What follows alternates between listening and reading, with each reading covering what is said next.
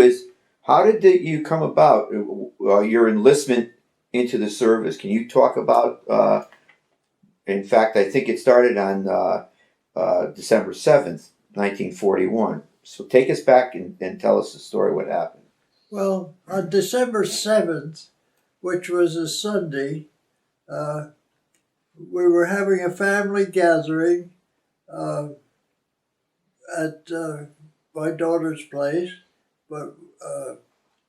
and my brother was in uniform. He was a ROTC, Rutgers University, but he had received orders because at the time, I recall, we are aware as we gather that has been the bombing and that war has started. But and my brother's there in uniform, having already promptly received orders to move out. And so that really was the shock of that particular day.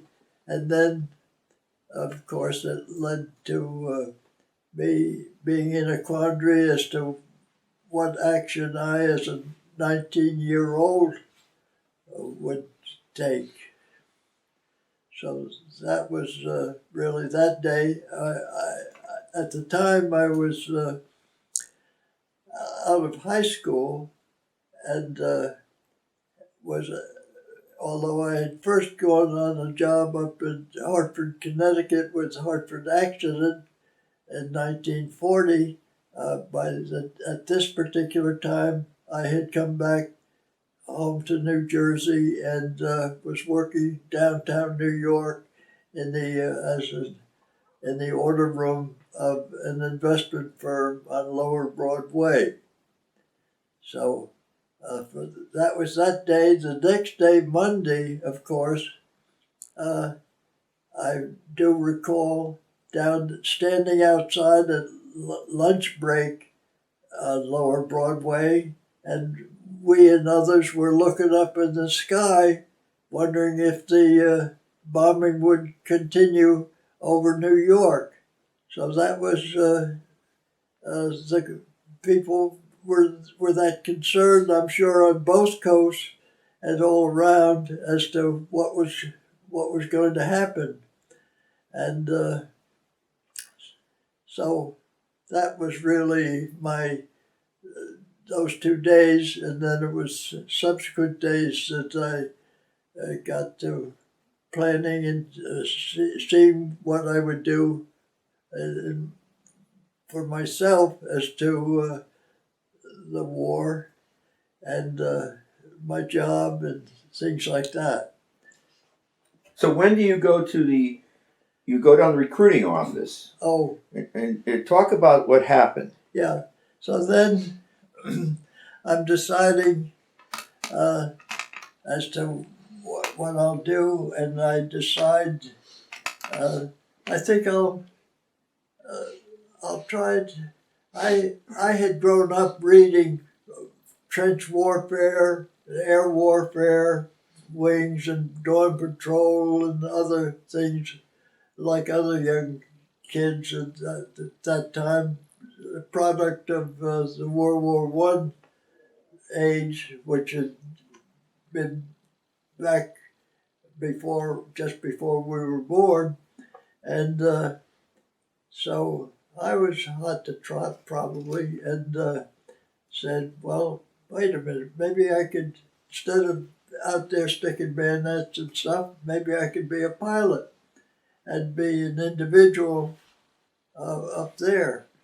And so I said, well, let's see, the Army Air Corps, which is in checking, had always had to be 21 and maybe college and so forth, was under these conditions, was now lowering their age and letting younger guys come in. But besides pilots, they needed bombardiers and navigators. And I said, let's give that a shot. and so I applied for the Army Air Corps, as it was known, I think, at that time. And they seemed to, I thought I was in, and they seemed to accept me, but they said, now you have to have a physical as well. You've given us these letters from your minister and other people as to go along with your application, but now you have to pass the physical. And so when I took the physical, they then called me in and said, sorry, you have a heart murmur and we can't have you in one of our aircraft up at 40,000 feet with a medical condition. So they said nothing doing to that. So with that I seem to remember it was within the days, or I don't remember how quickly, but pretty soon, and I believe it would have been before the end, sometime in January. Well, I would say that other process took up some of January, so it was probably either late January or early February that I went for decided to go in the Marines, and I was probably influenced by their going to warmer territory. The Marines were more not going to Iceland as the Army was, so I jokingly think of that as having had some influence on my selection. But I had talked with Marines, older guys that had been in the Marine Corps, and I liked the spirit of that. They'd been in the Marine Corps during World War I and were proud of it, and I liked that idea too. So I did go and sign up to go in the Marines, and then subsequently they gave me, they sent me orders, which took me up to April 2nd, I believe it was, when my dad walked me from Church Street down to get the ferry boat over to New Jersey or Staten Island or wherever it was. We got the train to down south to Port Royal, and then I went to Parris Island. So now you're on Parris Island and you begin your And Marine basic training. And I had my basic training there. I've since been appreciative that back in my high school time, the only camping experience I'd ever had, really, as maybe older members of my family had, but they didn't. By that time, we did not do it for the younger ones. I had Citizens Military Training Camp at Fort Dix for a month, and that as a junior, maybe a summer or spring, sometime during that time of my high school years, I'd had some tough training down at Fort Dix for that month, and that stood me in very good stead, I thought, for this, what subsequently happened, and I went to Parris Island, because it was no nonsense training there, and I don't know, hurdling jumping up and getting over some of those walls, and doing some of the endurance stuff they had there was a stretch, and I think I was fairly tough, but I wasn't big and strong. I was still on the slight side, and maybe not that much wind, but it helped me in my mind to have had that prior experience and saying, okay, keep at it. And and once you did break through that first week at Paris Island, you were okay. But it was maybe that first week where it was pretty tough on you, that you weren't too sure whether you were going to make it, or how they would classify you as uh, a, a regular guy, or maybe a slighter guy that should be maybe not doing the tough stuff, but should be blowing a bugle or what we call the field music, and which one or two in our platoon I was in may have been assigned to. All regular guys, but maybe not quite as strong, or thought maybe you get that wouldn't want to be the guy right next to you if you were in close-up combat. But something happens toward the end of your basic training, and you took a test. What did Yes, happen? so then we survived that, and the hiking and the other stuff you had to put up with at Paris Island, which has historically been quite interesting for all, and a happy, subsequent happy experience for all of us that went through it. But shortly before the end of our time there, our particular platoon was taken over. I believe it was to a nearby airfield. It may have been had the Page Airfield or something along those lines called, and gave us an IQ type book or table test, selecting the right answers and doing what they do for high school kids. And from that group of 20 or 30 of us, they said maybe not more than 8 or 10 of us up, they decided would be sent to aviation to be mechanics rather than grunts down to north, down to where the troops were being prepared for combat. And so happened that I got assigned to that group to go up to Quantico. And at Quantico, I was assigned with these other fellows to aviation ordnance school. And those were the ones that took care of the armament parts of had to do with the aircraft, the guns and bombs and all that type of thing. I remember one class, I think it was just taking your pistol apart or something like that and putting it back together, and maybe a couple of little books telling us something about it. But you really didn't learn too much about how you were going to lug around bombs and things like that.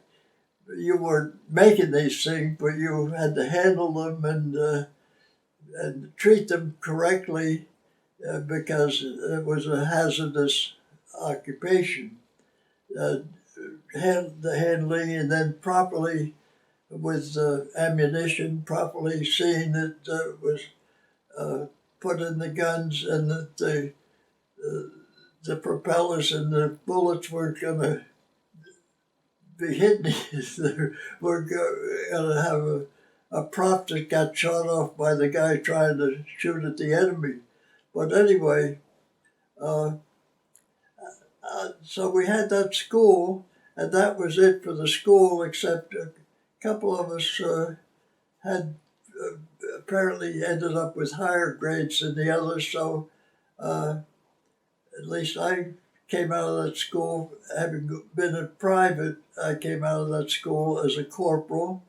So I had no particular explanation as to whether it was because I didn't know.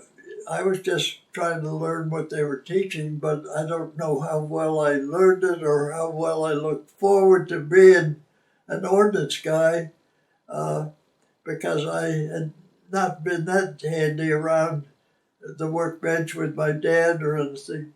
But anyway, I came out of corporal, and a couple of us were kept at Quantico to assist with what they called a pre-operational gunnery type school for officers and coming in to aviation, and almost like a little training session for them before they get assigned to aviation units in the fleet, but to give them a little preliminary.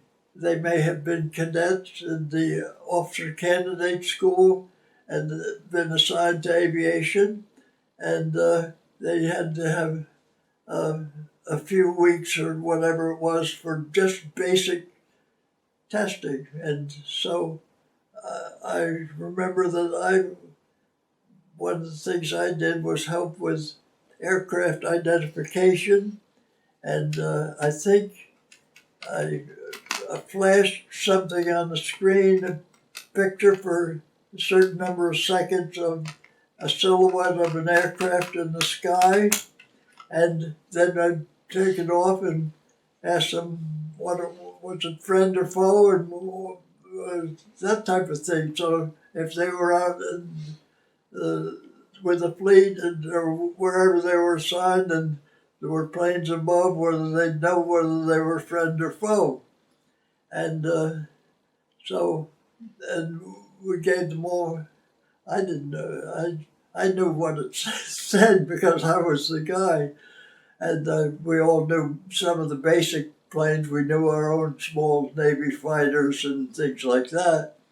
But then you get one of the German planes or Jap Zero or something like that strung in, and just a flash of it on the sky, and so far away, and it'd be like a blur. But of course, the slide, I knew what the answer was from the slide, and with practice they would begin to recognize, and there was the ones that they were slides of the planes that were at that time up there, and our own planes as well, so they weren't mistaken which was which, because they could be assigned to anti-aircraft, they could be assigned to other things, or just with rifles. People were using rifles as well, which would be a pretty lucky shot, but you never knew. So I had that, and we helped out in the hangar with certain things, I recall. And I remember one of those hangar things that was way up high and being up on a platform in the hangar, and the darn thing began to rock. And I thought, this is going to tip over, and there's nothing I can do about it. Well, it did settle down, but it unnerved me. I remember going into Quantico that night, I think to get a drink or something like that. But anyway, while I was assigned to that group, there were maybe a dozen of us enlisted. I was scheming a little bit, I would say. Obviously, I must have been scheming because I thought, I had trouble with that Air Corps, but maybe while I'm here, as long as they're not rushing me out of here, this might be a good time to try for naval flight school, because they were letting not only college cadets into the cadet system, but they were still letting enlisted men get into it. And so I did apply for that, and then I did two other things related to it. I checked myself out for Morse code, which I was certainly not familiar with, but you had to do so many words a minute of tapping the Morse code or something like that. or hearing it and knowing what was coming to you was important for future directional capability when you were in an aircraft that could only deal with that type of thing. And take the health test, which I thought, well, I didn't pass it for the Air Force. That may not work too well here either, because I think they had the letter from my doctor. I think when I had signed up, that was part of my record too, because I was trying to get by it, but not hide it. And never heard anything about that. And subsequently, it came through that I was accepted to go to flight school. And one thing I had not mentioned before, I remember this other fellow. I don't know, this might be a no-no, but I'll try it. You can, well, I won't pull that part out. It had to do with this other fellow being married and so forth and going with me. But I won't get into that business. I think that's kind of a private thing. But anyway, we went off. That was now around March of 42. Yeah. March of 43. Yeah, because I was 21 then. That's right. I remember my 21st birthday occurred while I was at Quantico. And so I went off to flight school at that time, having passed. Apparently they had no trouble with the physical, and they let me stay in what I was doing there until that came through, and which was certainly a lucky break, because I was getting away with whatever I was doing and not being shoved on. And where did you go for flight school? And then so took off, and I believe went to New Orleans, and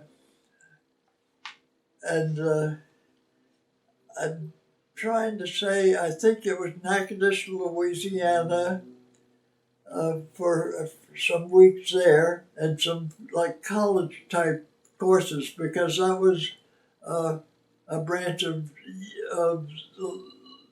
the university was there, and whether it was Louisiana U or what, anywhere was there. So we had a certain number of courses in navigation and basic flying type things, and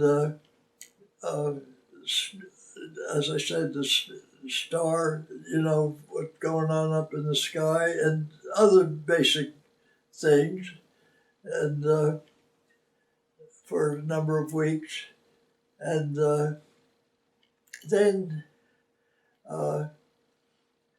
from there we went down to New Orleans, and we lived in a house near Tulane University, and any of the physical stuff we did, running around tracks and so forth, was at Tulane on their grounds. But the flying was over at Lake Pontchartrain, where the little airport was by the lake. And that's where we soloed and first got to train and fly an aircraft. And that happened to be in the Aranca, where we started off by even having to swing the prop and stand back, and the dangers of being too close to the prop, and safety features about that type of thing, as well as getting in the aircraft. Then somebody else did that, you got in the aircraft, and didn't necessarily just start off without somebody and that little Aranka getting out there doing that for you. So you were learning some elementary safety precautions, and then you flew with the instructor and learned how to, at proper altitude, how to spin, which you never wanted to do, but they had to teach you how to get out of a spin when you were high enough and how much altitude it took to recover from a spin in a little light plane. And so there was lots. What came to pass was that stood me in very good stead, and I learned that if you lost airspeed and the plane began to shake, you better get that nose down and recover airspeed and then get going before the instructor who had turned off the speed, the throttle on you, before he realized you had recovered okay and learned how to recover from a threatening situation. So we had lots of that training up at 3,000 to 5,000 feet, because it might take 700 or 800 feet recover. So that was very important right at the beginning from a safety standpoint. And but then after a few times they said, okay, now you get in and you solo. And that's a kind of a test there because that's a different ball game, and you have reached the point of no return when you're told to do that. You go out in the plane and say, that's it. And so it seemed to go just about like it had with the instructor, and I got safely back and then continued to go through. I think maybe there were a total of about 70 hours spent in this, at that training place there. And I believe it was, so I was there maybe from, I'd forgotten, March or something. And then I believe I went to Grand Prairie, Texas next. And Grand Prairie is where they put us in a different type of plane. It was the N2S Stearman, which is a biplane, and had instructor and the student front and back of each other. And that was more than just the Aranka. And we flew that for a month or two or more down in Grand Prairie, Texas, and eventually we did even attempt, well, in my case, they did even taught formation takeoffs with the 3 and the V taking off. In my case, I was lucky because I was on the left side, and it looked like I was going to crown into the leader on that flight. And so I hit left, and I did a little spin on the runway before coming to take off. And I think I damaged the wing a little bit. And I didn't end up doing that formation takeoff, but they were discontinuing those anyway. And they never seemed to, they didn't say, okay, you're all through. They let me get by it and didn't make a big deal out of it, which I was happy because that was, I may have had a couple of those type of things happen. And I thought, geez, I don't know how you got through that one, but as you learn later on, there were a few things like that happened, and some guys got immediately X'd out or dropped out, and some, like myself, got through some of these things luckily, and didn't come back to mean that they couldn't do the rest of it, but they had close calls. So anyway, we did that, and you made some pretty bumpy landings at times too, which meant you would cut it out a little high, and then it was a little tough on the wheels going down, and so there were various things when you're learning to fly that you go through, and you just keep going along.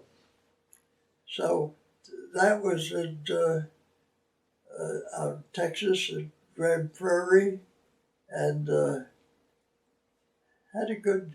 Oh, incidentally, being and going through the program as an enlisted man versus being a cadet, you had certain, after hours, you had certain freedoms that the cadets did not have. The cadets were definitely officer material guys from colleges and so forth, and they were very restricted on what they could do off hours, this, that, and the other thing.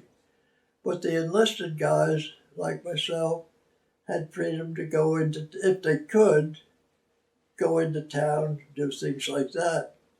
Well, one of my sailor buddies also had a motorcycle, and I remember going someplace with him on the back of his motorcycle, and I figured maybe flying is one thing, but riding a motorcycle, particularly on the back of one, is not for me.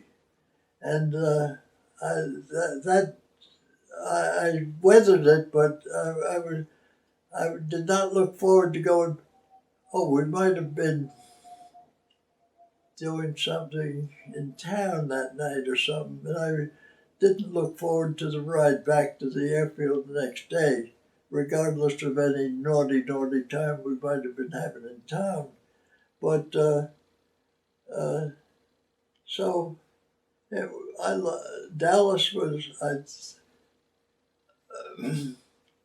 I remember the Pirate's Cave comes to mind. This is a little off story of, I think that's the only, Pilot's Cave was a little, merely it was just a little joint down along the street.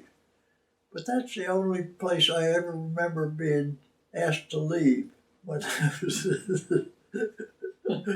I thought, well, that has a good name. I think I'll be bragging about that one because either I was getting noisy or getting, which really had never been my thing in life, but I must have really been halfway out of it because they're saying, no, you're going to have to get out of here or something like that. So the details of that, other than probably being bombed out of my mind, was all, and I've enjoyed. Thank you, and citing that as this little peaceful guy you see here must have had his days, had some fun.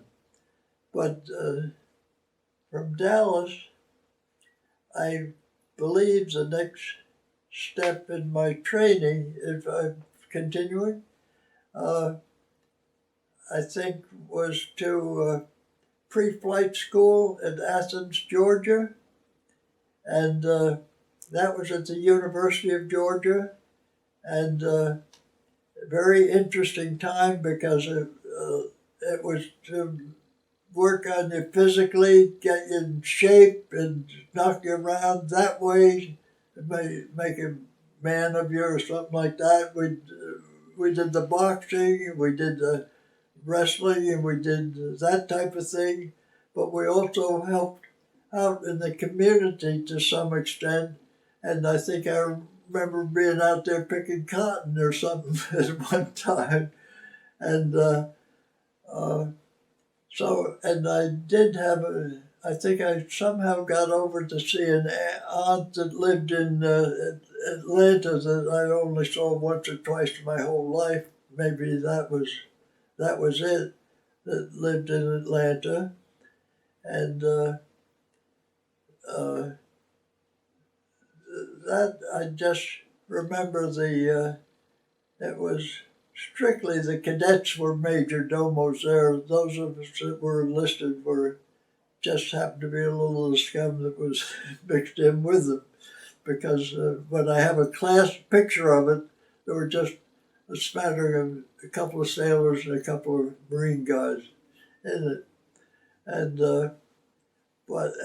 I think actually one of the coaches there, because this is where some of the big time athletes were too, either as instructors or big shots on their baseball team or football team that these various places had during those years.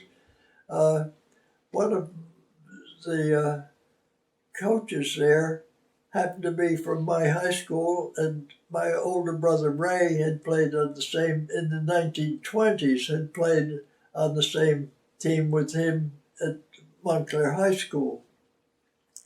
But that didn't mean he knew, but he knew my brother. He was a tough sucker.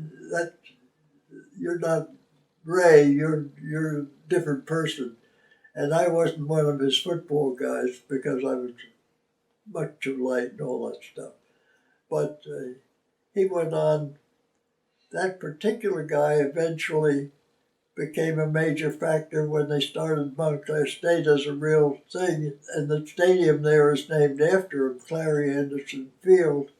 And he was part of a foursome in the back room ground that went to Colgate, and where they had an undefeated year with the four that came from Montclair.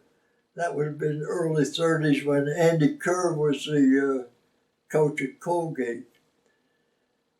And anyway, so that was at pre-flight school at Athens, Georgia. And I guess after Athens, it must have been that we did go to Pensacola. That would be then to Pensacola, I believe. And at Pensacola, we started off basic training with the SNV, what we called the Volti vibrator. That was our nickname for it. And where during the early first few flights of that, I had that interesting experience learning how to shoot at aircraft or something, little training sessions of swarming in on something, a tow target, and I had a close call blacking out towards the ground, but I came to in time and did not, and it didn't seem to have been noticed by anybody but me. So I counted that as the very earliest scary times with an aircraft, and figured if they hadn't seen it, well, I'll keep going, but it looks like I've got some problems here. And so I did take that into account on future training, which turned out to be in dive bombing and how to handle myself so that I wouldn't be blacking out. And so that was the earliest stage in the SNV, and then we got the regular Navy flight training plane at the time, the SNJ, which if that was 1943 or so, I would end up flying that as much as 10 years later. They were still flying that even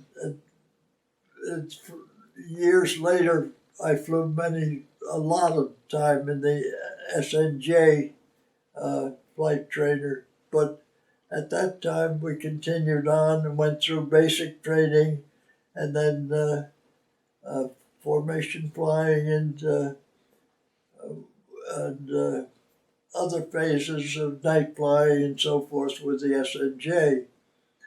I think maybe previously, as I was winding up there at Pensacola, I didn't mention before that on my very last flight there, I think in maybe August of 45, or 44, 45, 40, Pensacola, I would say 44 maybe.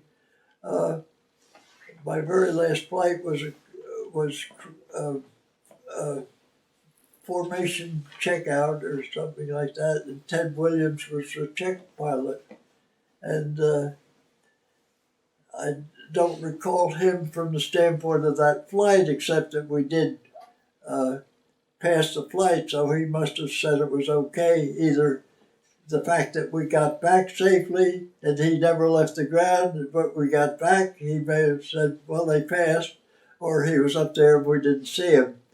But we had seen him frequently around in the ready room. The enlisted guys were just like all the other pilots as far as the ready room went, wherever you were. There was no distinction whether you just looked up at the board to see what your assignment was or what flight you were taking. But the one time in the ready room, it's a wonderful memory I have of going in there and seeing Ted Williams lying on the floor, parachute underneath him, pretending, doing like wiggling around, and everybody standing around laughing like hell because he was really just putting on a little act for us. And I thought, well, Jesus, I like that.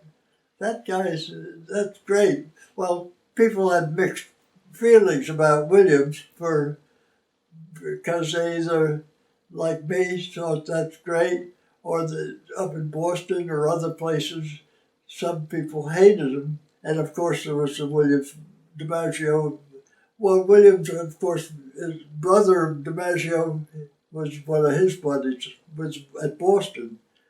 But anyway, and I believe that Ted Williams also, his roommate, may have been a guy from my hometown, but I never happened to be able to follow up on it. But I believe Jim Sheriff may have been, who came from Montclair. I did not know Jim, but I certainly walked by where I knew he lived and his family lived on my way to school. I think he may have known him, but I've never been able to follow up on that. I even forgot how to spell that last name a little bit. But in what I've written about it, I've said what I'm saying to you now is I believe Ted may have been a roommate of him at that time. But anyway, that was, I believe, in July or August of 45, if I recall. Was that? I think you're at this point in time. You haven't gone to Jacksonville yet, have you? Did you go to Jacksonville? Not yet. Then I'm going from here to Jacksonville. Yes, because you still go to Jacksonville. Okay. And so you're still in 44. Okay, so this is around August 44 then. Right. That I finished at Pensacola, and when I finished, I got my gold wings, and I got promoted to tech sergeant because obviously I was a staff sergeant.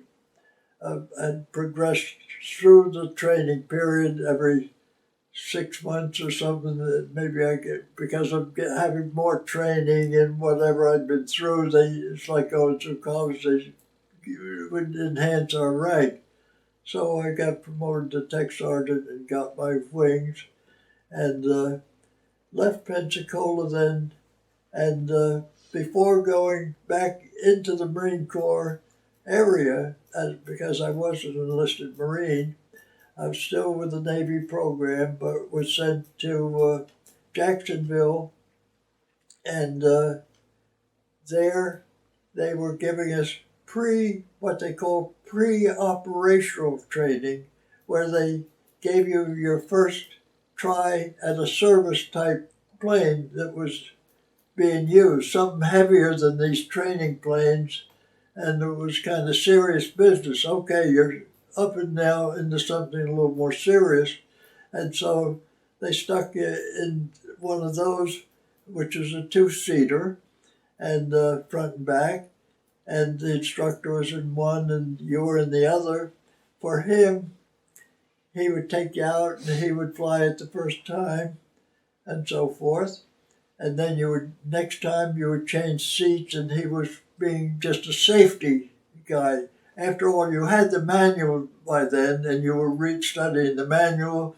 Your little thing you kept on your knee constantly through flying from way back in the beginning, the knee pad where you had give it the gas or don't forget to raise your this, that, and the other thing on the knee pad so that try and keep you from forgetting something. You have at least always had at least half a dozen things written there. But where the hell am I? So we're finishing up training in Jacksonville, and you're going to go to Newburgh, so anyway, North Carolina. So we had, and that was, they really they wanted to get you through that in a hurry. So the days were long, and there was no weekend. They were giving you 12-hour days of training, maybe 12 hours off to sleep or something, but they were trying to get us through in a hurry. So I have one picture somewhere there of me with that group, and there were about a dozen of us there. The instructors there were all guys that had come back from the fleet, so they were serious, and we were pushed in. It was still part of the Navy thing. And then from there, the orders were to go for the sailors went one direction, the Marines went to where they were training. So I got sent to this Marine, what was to be a VM, actually it was an attack squadron or some kind of like that, where they had the Corsairs. And so I go there and I joined. That was at Newburgh. Yeah, that's where I arrived there. I'm the only enlisted guy going there at that particular moment with some other Marine guys, because we're going to the Marine squadron, and but I'm the enlisted guy. So I arrived there. Yeah, I'm the only enlisted pilot, as I recall, at that particular moment. So, but I arrived there, and I'm one of the NCO guys, and the others are all officers.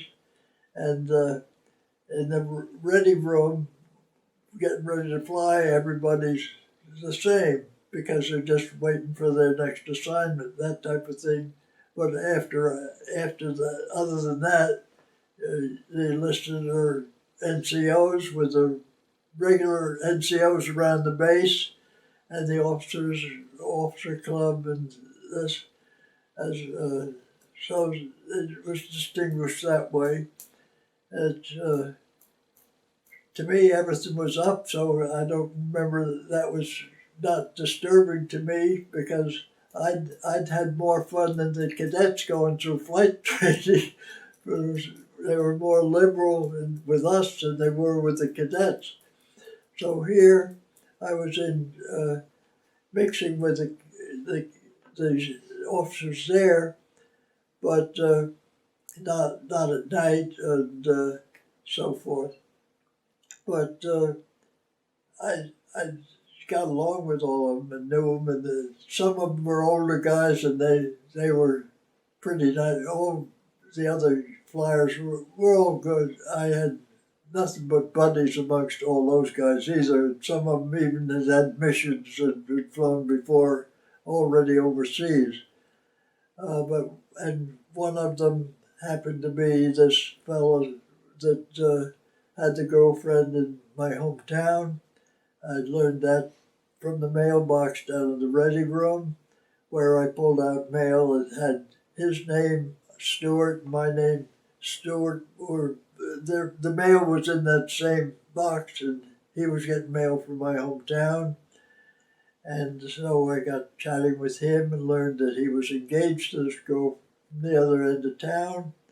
And so that was interesting, and we got talking about that a lot. And so certainly from the flying time, we were buddies, and looked forward to sometime later on getting to know each other better. And So let's go to July now. It's July of 45. You've now been in training for over 3 years as a pilot. yeah, And it's time now that you're going to be sent. When you find out you're going to be sent overseas, Yeah. how does that come down as an order, and where do you go from well, there? they were very slow with me. I think they must have had a problem with me for some period there, because I think I was a little slow being moved. They had shifted over to the other plane, the SB-2C. And but- SB-2C is that but- the hell diver? Is Yeah, that the what- Helldiver. Right. So the squadron had switched from Corsairs to Helldivers. So everyone there at that time was not going to be they were destined to be a Helldiver pilots, no matter what they thought, even though they thought they were going to be a Corsair, more of probably an attack squadron rather than a fighter squadron. There's something slight distinguishing in my mind about that, because the fighters might be the guys way up high, preparing defensively and like that, and the attack guys were the ones you see down there doing a lot of low strafing more. So there was a distinguishing thing about But that. by the summer, it's now the summer of 45. You realize the war is going in our favor. Are you starting to think you're not going to get in the war? It's going to be over before you get there. You think you're going to? Oh no! No, you're No. confident you'll be able to get into the war. Oh, even on the ship going over, where there were, which happened around February or something of 45,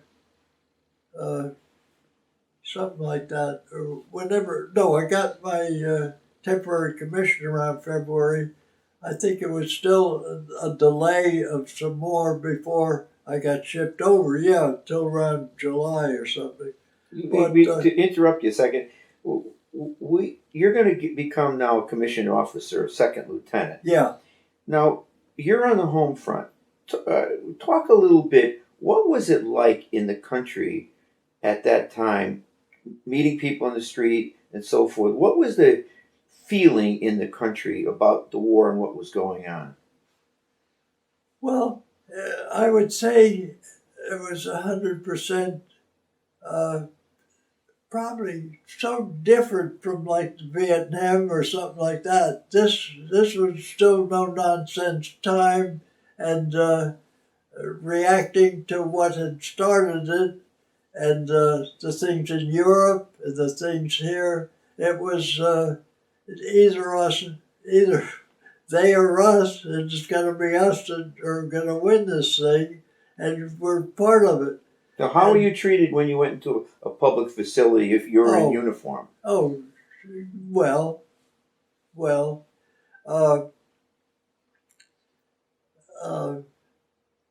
I would say,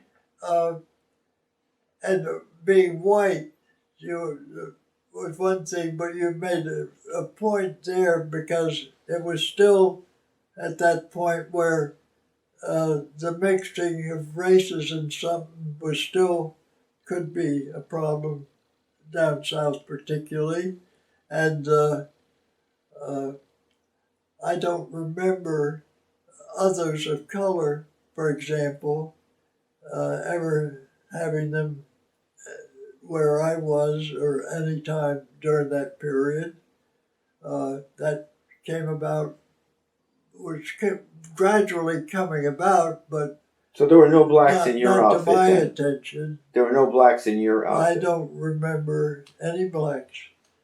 And I think there were some other, there was a religious difference too. Uh, More of that German influence, if you know what I mean. Yeah. There weren't, uh, nobody knew what was going on over in Europe. I don't remember knowing any of the business that was happening over in Europe. As a matter of fact, I remember the feeling in the New York area. We were listening to Father Coughlin and all these others. And I would say, and the huge German influence around the area, and the Sunday things, and listening to all this raver settling over in Europe, they didn't know basically what was happening over in Europe behind the scenes. And actually, it was not kind stuff that we were really, because we did not know. We were, I'm not too good at explaining, but we were ignorant of what was happening, basically. And not only that, but the feeling might have been more tolerant of what the bad, but not knowing the bad stuff, the extreme of it. There was a certain anti-feeling generally around with people of money and things like that, that aroma was around. Okay, so let's get to Yeah. let's get on the train. We go to California. You're going to get on a ship, and you're heading to the Pacific. Yeah. You don't really know where you're going at that No. point in time. And I am with a group that includes this fellow that's engaged to the girl in Montclair. He's part of the same draft. And would end up, when we do get the island, we would end up in the same tent. There were 4 of us in the tent, two others. And what island are we talking about? Ulysses Atoll. Which is in the Carolina? Western Carolina Islands. Okay. An aside there, during our talk, which I had mentioned before, at one time a tent next to ours was for about one night or two, possibly 2 nights, was occupied by Gene Autry when he was floating through on one of his trips. Now, we could not get near him. We were under strictest orders. Was he with the USO? Yeah. So you had a USO show on that island? Yeah, he was passing through, and we were just, I bragged about it because I thought, well, I saw the guy, but boy, you could not say boo, even though you were an officer and all this stuff. No, any other celebrities come to the island? Well, I think Charlie Ruggles, I have a note of Charlie Ruggles, and then I have a note as to a woman that was on TV every day in the morning, whose name I've written down someplace, had one of those talk shows in the morning, and was on every morning. All the women would listen to her all the time. I think she came through and was with them. I had seen Jack Benny once when I was way back in Quantico times, when one of my buddies was a college buddy of whoever was the singer with Jack Benny at the time.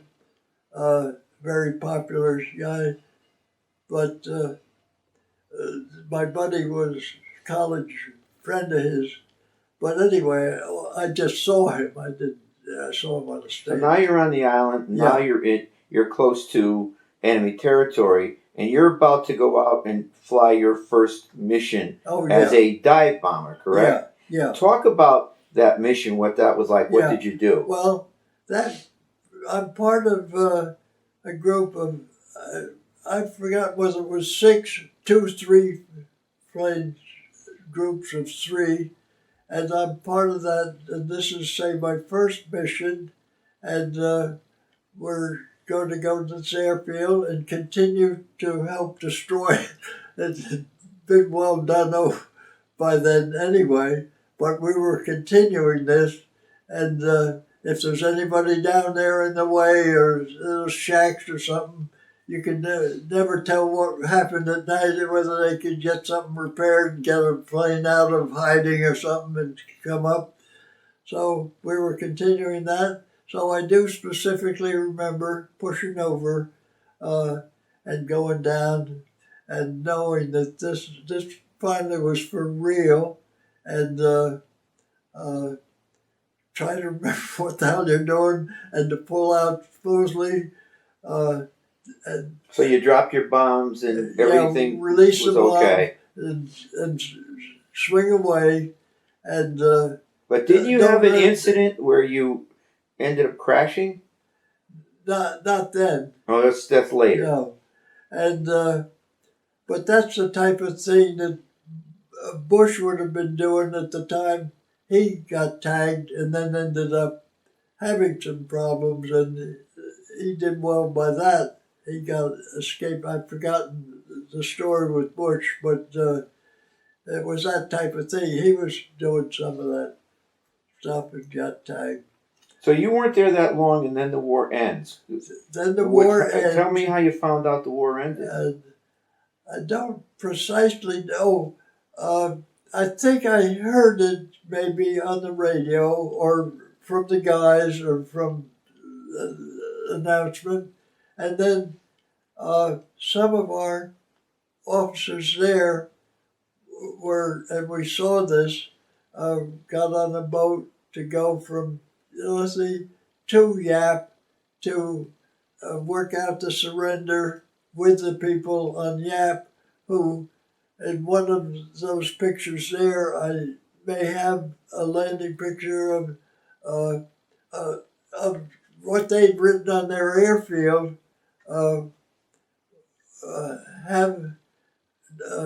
understand situation, studying orders from our commander. So there's some message I have, and whether I have able to reproduce that for you or not, I'm not sure, but I do have one picture that I did not take these pictures, by the way, but I obtained them somehow at the time.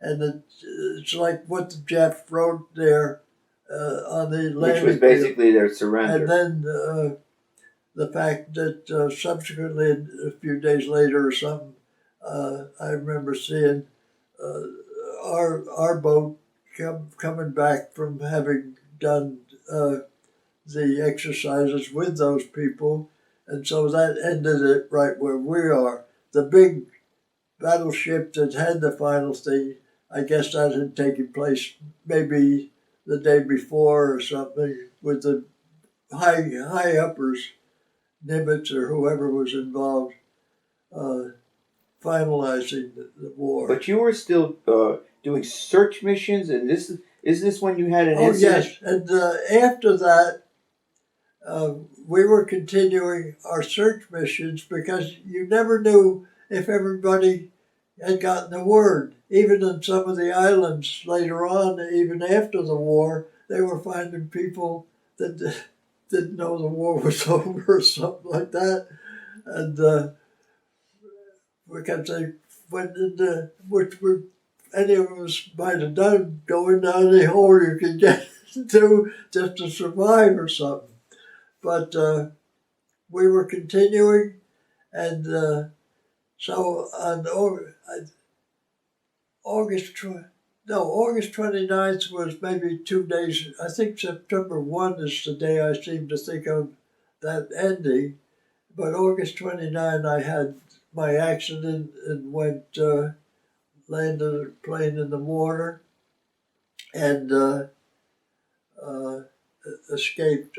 So what happened? The engines just The engine the engine stopped, just stopped. After takeoff. And what do you do when an engine stops? Well, hopefully you have the option of thinking about it. And if you're high enough, you do. If you're low, you just say goodbye. Because with the heavier aircraft, and it would have even been worse. Well, no, that was a good heavy aircraft. So there would have been no, at a lower period, it takes feet, 1,000 or more feet to recover from a spin, or what the plane wants to do. It wants to do just what a little paper kite would do when it just goes into the ground. So at this case, it still had the forward motion, which isn't great. We're not talking way up, but it's at least over 100 miles an hour or something, because you're airborne at least by 80 or 90, something like that.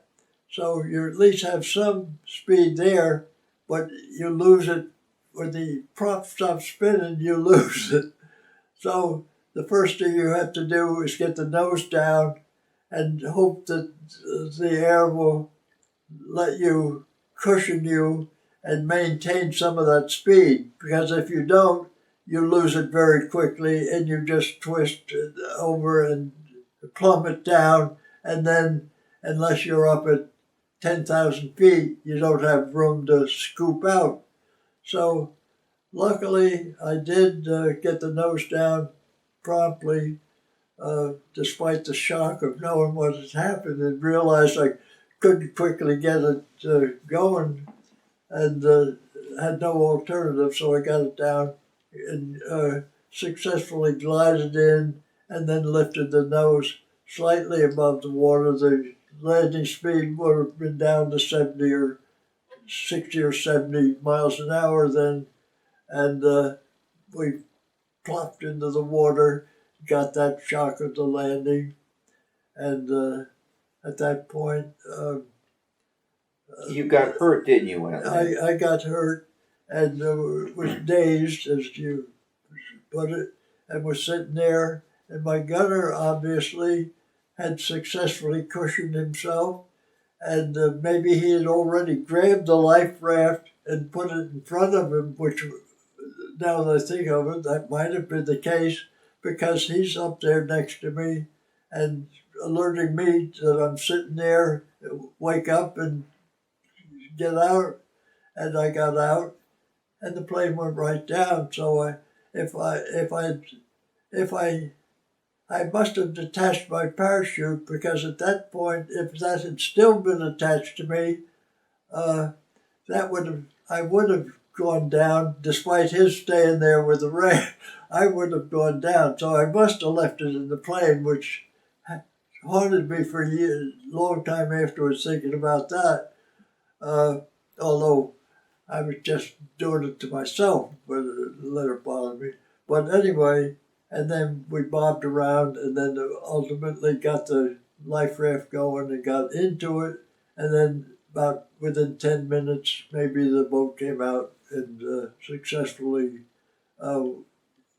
took us back to harbor.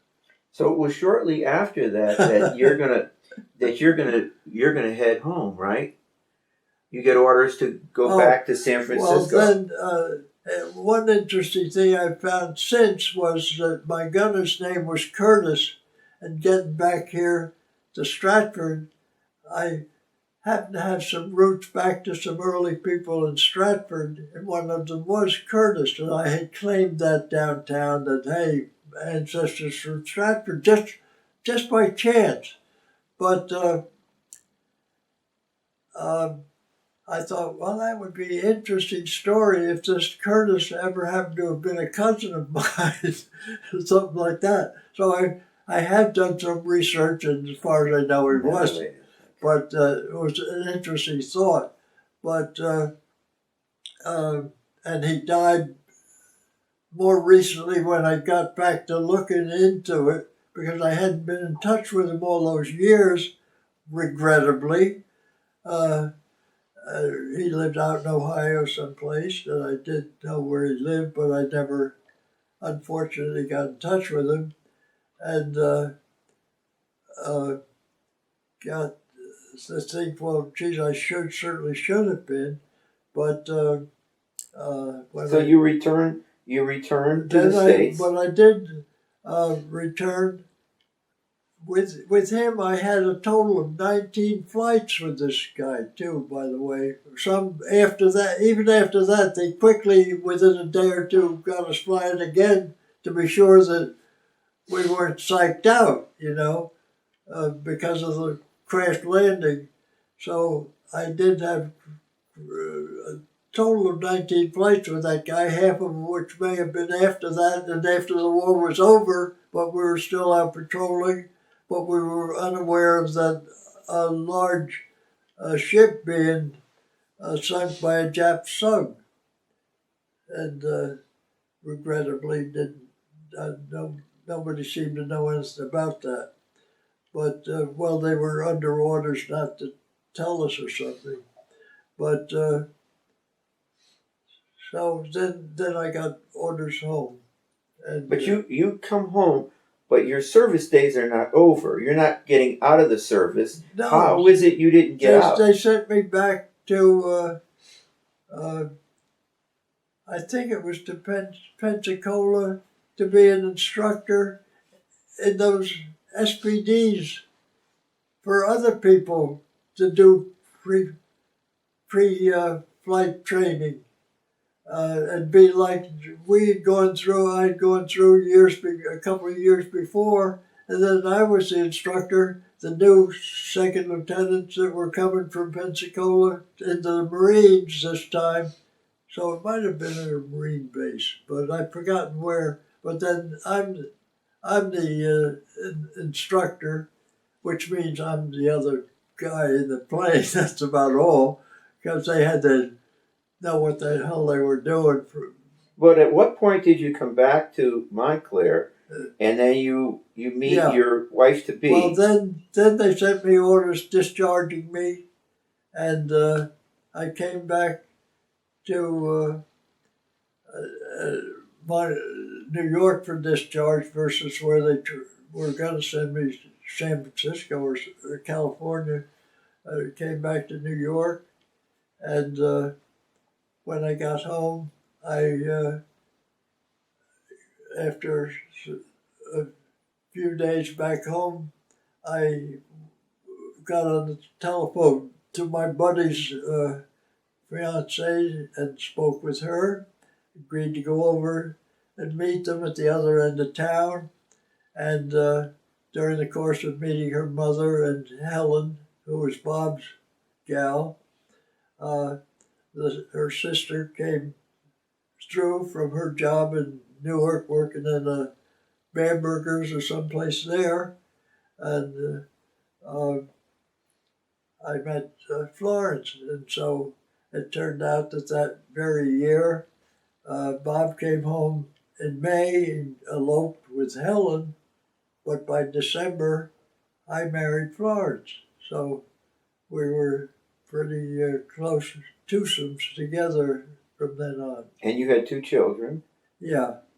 And they had 3, and I'm still like an uncle to them out in Michigan, because Bob died later, a few years later in his 40s, and Helen has since passed away, and the 3 children out in Michigan are like... Talk about your 2 daughters. Yeah, and my 2 daughters, Kathy in Fairfield, has the one daughter, Amanda, who is now 29, and lives out at that fancy place out in Wyoming where all the kids ski in the Teton Mountains, whatever. Jackson Hole. I think that's it. You may know that. Well, she's got a ring of buddies out there, and I think she's in charge, kind of. But anyway, she looks like that's going to be her life out there. She's now close, I'd say, with some guys, so they will. It might work out for her. And the other daughter, Mildred, lives in Philadelphia. She's single. She was married at one time, but she is a single lady, and will be up here for Christmas with me and so forth. So your experience basically is not over. World War II is over, but you stay in the service, and now we get to the 50s, 1950, the Korean War starts. Yeah. And you get a knock on the door in not 50, but 1952. Who came knocking on your door? Well, a Marine lieutenant of some came to the door in uniform. I'm home. I happen to be in my pajamas because I'm home with pneumonia, walking pneumonia or whatever they call it at that time, not in it working. And the two little kids, one 2 and one 6 or something like that. And because of the Korean War, they need more pilots.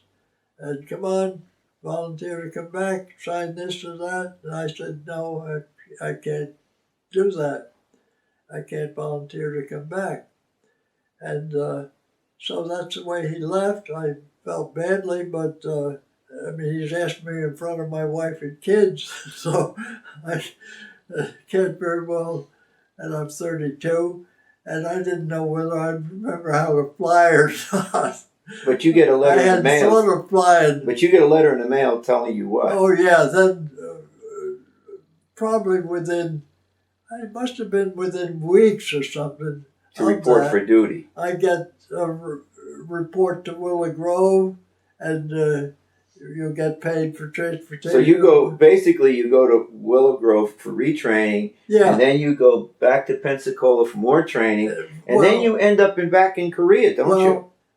What they took us that were recalled, for example, Williams went back like I did to Willow Grove, but then he went to a fighter squadron and ended up doing very well and did a nice record over in Korea as a fighter pilot, and had some missions and he landed or something happened, but he did well. His reputation was big with the Marines because of what he accomplished with them, and but I didn't do that. They took some of us. I don't think he'd gotten over during World War II. So I said to myself, I had at least gotten over a little bit in World War II.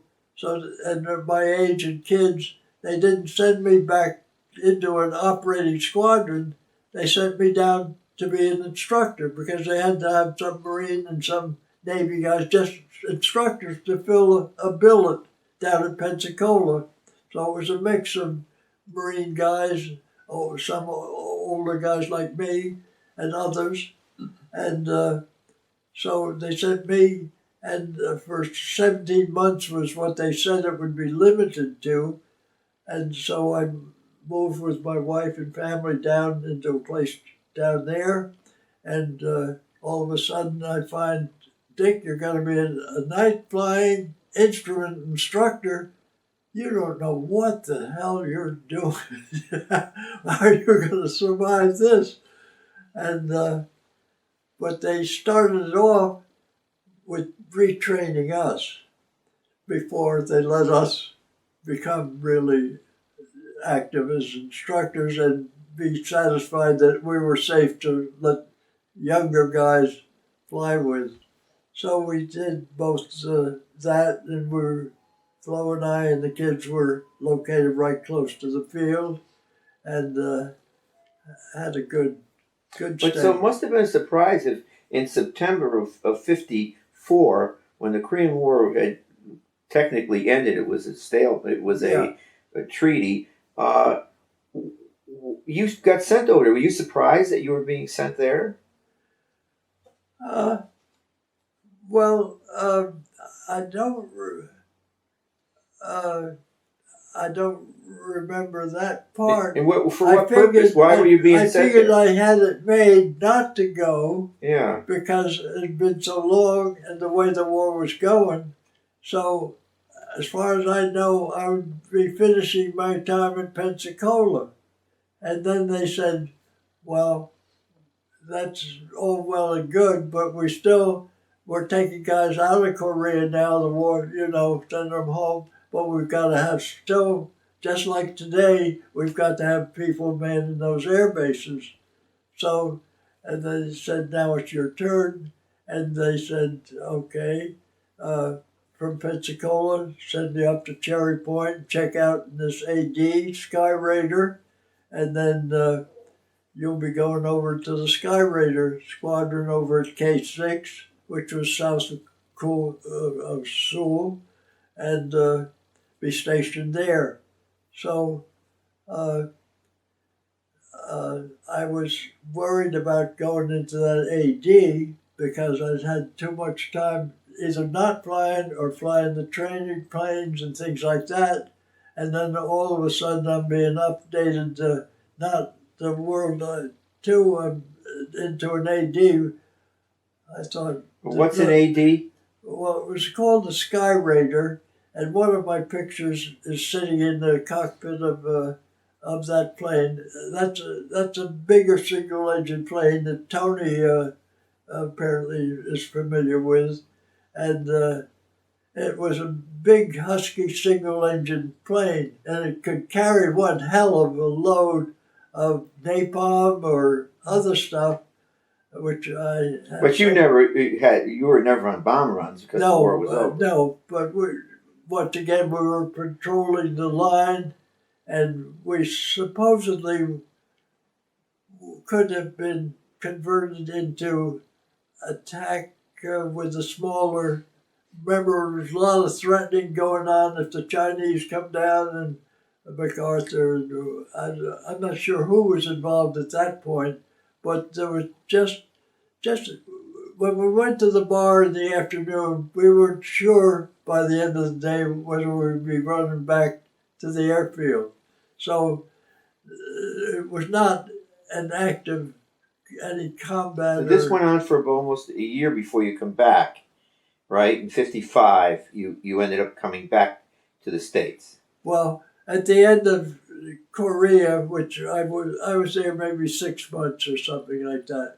Then I came back to the States and back to work. And yeah, but the oddity is, you are now a captain. Yeah.